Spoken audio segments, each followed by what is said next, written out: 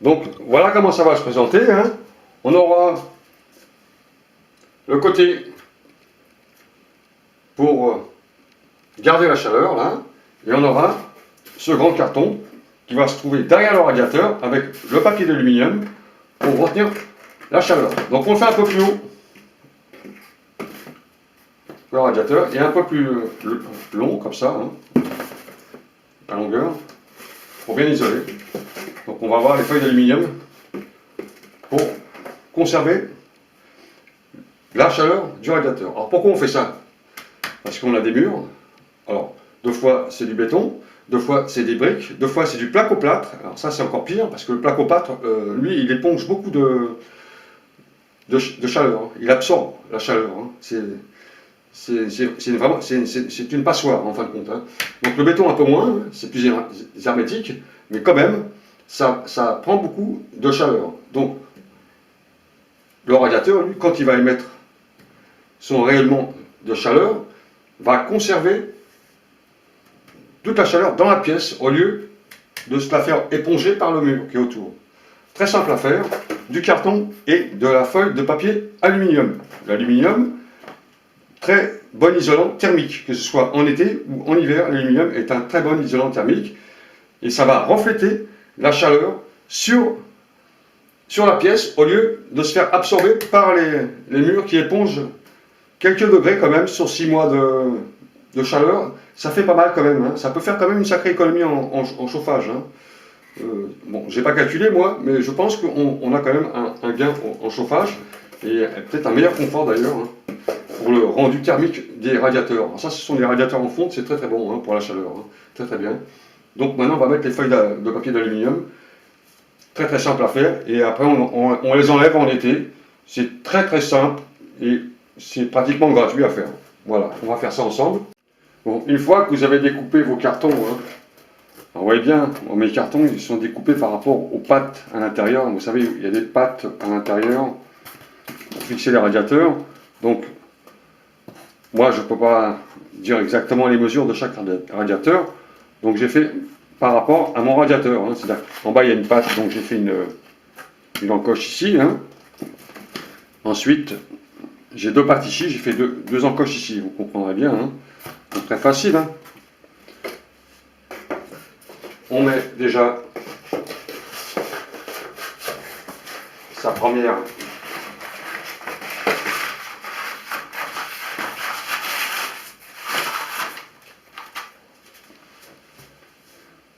voilà.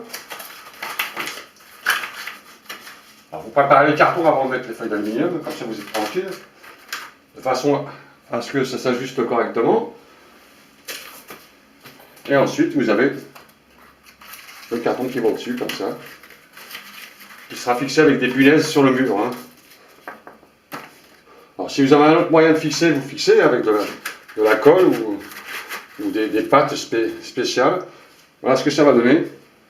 Donc vous allez avoir un encadrement déjà en carton comme ça,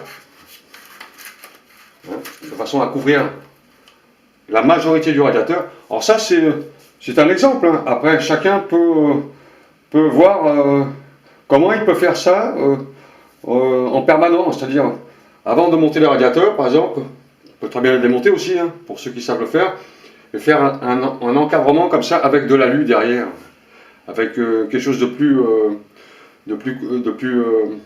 professionnel, disons. Donc ça c'est du bricolage. Hein. Donc voilà. Hein. Donc maintenant on va coller les feuilles d'aluminium sur le carton et on aura là un hermétique correct pour le radiateur. Le radiateur va rayonner la chaleur correctement sans que le mur il éponge la chaleur. Donc maintenant on va mettre les feuilles d'aluminium. Voilà, une fois que vous avez mis l'aluminium sur vos faces de carton, bah, vous enfilez le tout hein, à l'intérieur. Et comme vous avez découpé correctement, tout va s'emmancher correctement. Voilà.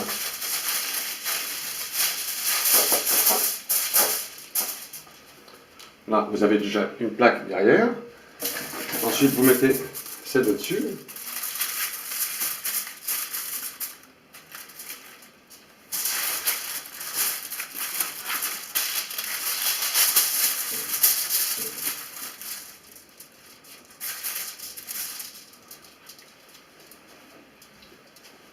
Donc voilà, vous avez une protection thermique. Bon, ça c'est le plus rapide, hein, c'est le plus facile. Hein.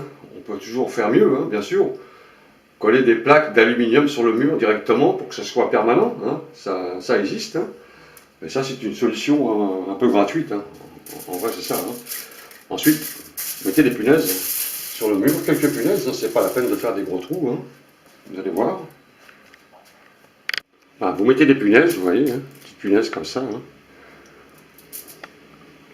Ça c'est très rapide à enlever. Il faut chercher les solutions les plus faciles.